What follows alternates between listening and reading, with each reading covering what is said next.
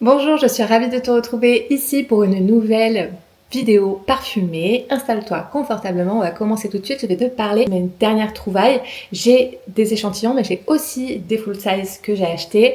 Il y a du niche, du mainstream et du petit budget. N'hésite pas à t'abonner, à liker, ça m'aide beaucoup. La chaîne est nouvelle et avoir des abonnés, des likes, des commentaires, ça aide beaucoup.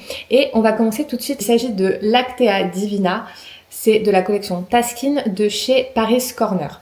Alors, l'histoire de ce parfum est un petit peu particulier puisque, en fait, j'ai été à Jovois au mois d'août. Je crois que j'ai été à Jovois au mois d'août et j'avais testé le Blanche Bête de Liquide Imaginaire. Et en fait, je l'ai trouvé bien, mais je l'avais trouvé sympa. Je m'étais dit que j'aimerais bien l'avoir dans ma collection. Cependant, quand on voit le prix, j'avais pas eu un coup de cœur non plus. Donc, je m'étais dit, il existe des alternatives plus petit budget et du coup je me suis tournée vers celui-là et là c'est un gros coup de cœur. Alors pour moi il ressemble pas exactement, pour moi c'est pas une copie, c'est dans la même identité olfactive mais c'est pas une copie, c'est pas un dupe de Blanche Bête.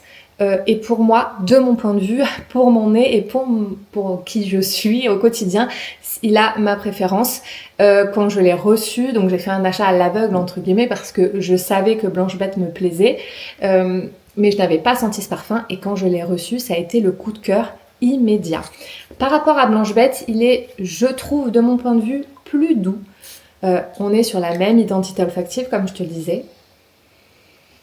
Mais en ouverture, ce qu'on a tout de suite de beaucoup plus prononcé, voire complètement, enfin je crois que dans Blanche Bête ça y est pas, c'est de la noix de coco.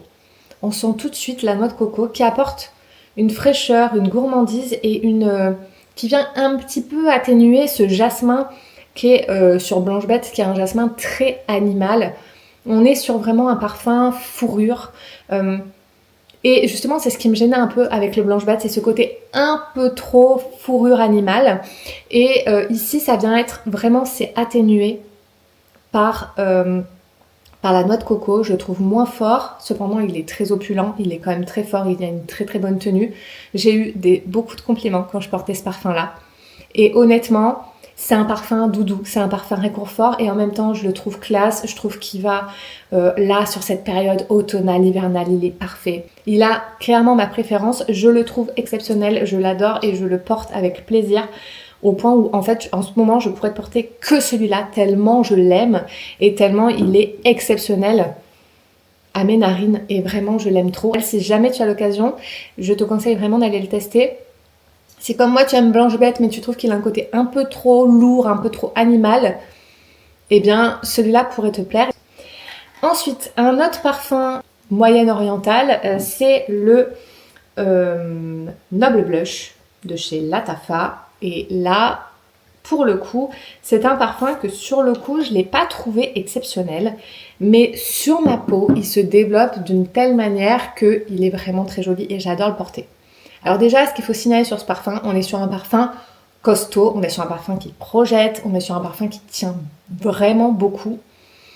Alors, il y a des notes de lait rose, je crois qu'il disait, il y a de la meringue, c'est très sucré. Mais moi, ce que je sens en premier, en ouverture, c'est du litchi sur touche. Je sens beaucoup de litchi. Il est très crémeux, il est sucré, mais pas trop. La première fois que je l'ai porté, je l'ai mis sur mes vêtements pour dormir. Et clairement, j'avais pas l'habitude de cette odeur-là. Ça m'a incommodée dans la nuit parce que c'était trop fort. Mais en l'occurrence, sur ma peau, il est vraiment exceptionnel. Il se développe, en fait, il y a un côté très amande qui ressort. Une amande style un peu macaron, une amande sucrée, une amande presque pâte d'amande, que je ne retrouve pas sur touche. Et qui du coup vraiment quand je le porte, pour moi c'est un bonheur et en ce moment du coup je le porte assez régulièrement quand j'ai envie de quelque chose qui va tenir toute la journée, qui est costaud, vraiment je me retourne vers celui-là et quand j'ai besoin de rondeur, de gourmandise, je vais plutôt partir sur celui-là. Il est vraiment joli, il est vraiment à tester, mais pour le coup celui-là a vraiment une autre identité quand il est sur peau, en tout cas chez moi. Voilà donc pour on va dire la partie petit budget. Ensuite j'ai quelques jolies choses à te proposer sur le mainstream. J'ai trouvé quelques petites sorties ces derniers temps et il fallait absolument que je t'en parle. Donc là, ce sont des échantillons parce que je préfère échantillonner avant d'acheter. Ici, je vais te parler du parfum Angel Stellars.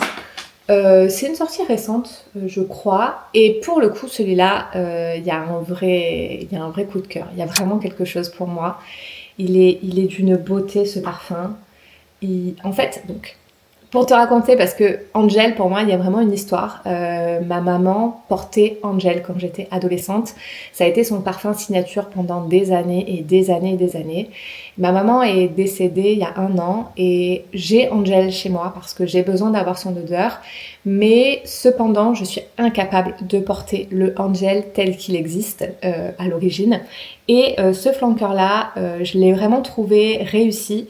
J'ai trouvé vraiment qu'il avait quelque chose de différent qui fait que je retrouve l'ADN d'Angel, mais pour autant, il est assez différent pour que je sois capable de le porter. Et cette ouverture sur, donc, il y a de la... En gros, c'est un Angel avec en ouverture de la pistache. Il a vraiment une ouverture, pistache, mais pas la pistache qu'on pourrait imaginer très sucrée. On a vraiment un côté oléagineux. Tu vois, on a vraiment la pistache, la crème de pistache, mais non sucrée. On n'est pas sur du sucré. On a Angel avec un côté vraiment pistache non sucré, comme si on venait mettre vraiment juste de la crème de pistache non sucrée. Mais ça me fait aussi penser un peu, si tu connais la purée d'amande, il y a vraiment ce côté-là, très oléagineux en ouverture. Et ensuite, on a la douceur d'Angel qui vient apporter du sucré. Et moi qui adore la pistache, si tu me suis depuis quelques temps, depuis le tout début, les toutes premières vidéos, je le dis assez souvent. J'aime beaucoup l'odeur de la pistache. Et là, pour moi, c'est vraiment le combo gagnant. J'adore ce parfum et je pense très sincèrement me l'acheter parce que je le porterai très volontiers. Dis-moi en commentaire si toi aussi tu as des parfums comme ça, des flanqueurs des parfums que tu ne peux pas porter parce qu'ils te rappellent un être cher. Et pour le coup, tu vas plutôt sur des flanqueurs et ça te permet d'avoir quand même l'identité et pour autant de pouvoir le porter. Dis-moi ça m'intéresse. Voilà, donc pour celui-ci, on a 2 parfums de chez Kenzo. Je les ai pas vus passer sur les réseaux, alors je suis peut-être passée complètement à côté. En allant chez mon Nocibé, ils étaient tout en haut des étagères et en fait quand je l'ai senti, c'est plutôt le packaging qui m'a attiré, ce côté très minimalisme mais un peu japonisant. Et en fait, je les ai trouvés très beaux. J'ai eu un coup de cœur immédiat quand je les ai sentis et j'avoue que en fait, je les adore tout simplement. Donc il y a le Kenzo Rêve Lotus qui est un parfum plutôt frais que j'aime. Franchement, quand j'ai découvert, je me suis dit, mais il est vraiment super, pourquoi on n'en parle pas? Alors, je vais le mettre ici. Oh là là, il est trop joli. C'est un parfum frais mais rond. Tu vois, il me fait penser, ça me fait penser à une promenade en période printanière, autour d'un lac où il y a des fleurs. Ça fait penser au lotus, des nénuphars, j'aurais pensé. Il y a un côté un peu ensoleillé, mais pas trop. Et récemment, j'ai été au jardin, dans la maison de Monet, le peintre. Et il y a aussi toute une partie donc des jardins, avec notamment ce qu'il a inspiré pour créer son tableau avec les... Je sais plus comment ça s'appelle. Les nénuphars, je crois que ça s'appelle. Bon, bref, son tableau très connu avec des nénuphars. Vraiment, c'est très joli. Alors, ça n'a pas une projection vraiment... assez forte, par contre il a une très bonne tenue et quand je l'ai sur moi, quand je l'ai porté, quand je l'avais sur moi, je le sentais, mais voilà, quand vous rentrez dans une pièce, on va pas sentir votre parfum, c'est plutôt un parfum pour soi, mais vraiment il est très beau, il a une poésie ce parfum, je le trouve d'une délicatesse, je l'aime vraiment beaucoup et je comprends pas pourquoi on n'en parle pas plus. Et le deuxième qui à la base a eu mon premier coup de cœur, après j'ai été tester l'autre, mon premier ça a été celui-là où je me dis mais waouh, c'est quoi ce parfum? C'est Ciel de Magnolia. Alors celui-là vraiment gros coup de cœur quand je l'ai senti, donc je vais le mettre. Alors celui-là ça a vraiment rien à voir, on est vraiment sur des fleurs un peu plus opulents, qui a une vraie présence, mais pour moi, ce parfum, il sent le soleil. Il a un côté très ensoleillé, tu sais, des fleurs qui auraient vraiment maturé au soleil. Un petit côté un peu salin, je sais pas comment l'exprimer autrement. Un petit côté bord de plage, tu vois, l'odeur de ta peau quand t'as été te baigner, tu vois, avec la crème solaire et le sel. Pour moi, il sent ça, je le trouve vraiment beau. Et pour le coup, ouais, il me fait penser plutôt à, une journée à la mer. Et pareil, j'en ai pas trop entendu parler. En fait, pas du tout. J'en ai pas du tout entendu parler, donc je ne sais pas si en fait c'est des très vieilles sorties. Je me suis pas renseignée, je t'avoue. Je ne sais pas du coup ce qu'il en est, si c'est des sorties récentes, mais bon, il était vraiment en hauteur, donc bon, je suis un peu étonnée.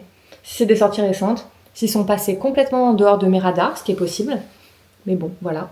Ensuite, dernier parfum, et là on est sur un parfum de niche. Il s'agit d'un parfum de chez Orbe de Mémoire. On est sur le Farniente, donc c'est une eau de parfum. J'ai commandé l'échantillon, en fait j'ai commandé un kit d'échantillon grâce à Olivia et ses parfums qui avait parlé du fait qu'il faisait une promo où en fait les parfums, le kit de parfum était, en fait on payait juste, il était gratuit, on payait juste les frais de port. Et j'ai vraiment été très surprise par ces parfums que j'ai trouvé vraiment très bien. Je t'ai fait une vidéo d'ailleurs sur le sujet qui arrivera avant ou après, je ne sais pas trop. Et vraiment là j'ai eu un coup de cœur au point où très clairement je pense me l'acheter parce que je l'adore vraiment, vraiment, vraiment. Je l'aime énormément. Il s'agit donc de Farniente, je te l'ai dit. Et ce parfum pour moi, il évoque vraiment la Provence. Vraiment, tu sais, quand tu passes dans une ruelle en plein été en Provence et que d'un coup tu passes devant chez le fleuriste et que les portes sont ouvertes, t'as la fraîcheur et l'odeur de chez le fleuriste qui t'arrive.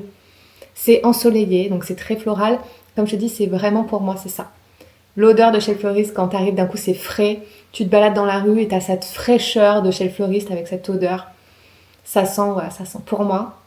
Ça sent ça. Pour moi c'est une odeur doudou parce que quand j'étais petite, j'allais jouer chez le fleuriste. En fait, j'habitais dans un tout petit village dans le sud de la France qui s'appelle la Fère des Oliviers, si jamais tu passes par là et que tu connais. Et mes parents tenaient une épicerie là-bas et c'est vrai qu'ils connaissaient toutes les personnes qui travaillaient autour, toutes les autres enseignes autour. On était vraiment un petit village et j'adorais les fleurs. Et donc, en fait, j'allais chez Françoise, qui était la fleuriste qui était en face du magasin de chez mes parents. Et en fait, j'allais chez elle, chez elle, dans sa boutique, j'allais la regarder quand elle faisait des compositions et après elle me laissait, moi, faire des compositions avec des fleurs un petit peu abîmées. Et j'ai passé vraiment beaucoup, beaucoup, beaucoup de temps. Et pour moi, ça, c'est une odeur doudou. Voilà, ça me rappelle mon enfance. Et j'ai presque les larmes aux yeux quand j'en parle, tellement c'est beau. Voilà, donc tu vois, les parfums, c'est ça, et c'est ça que moi j'aime chez les parfums. C'est aussi ce voyage olfactif de quand tu mets un parfum, il te rappelle un si beau moment de ta vie, un si beau souvenir que ça t'en fait une émotion. Et c'est clairement ce que j'aime dans la parfumerie.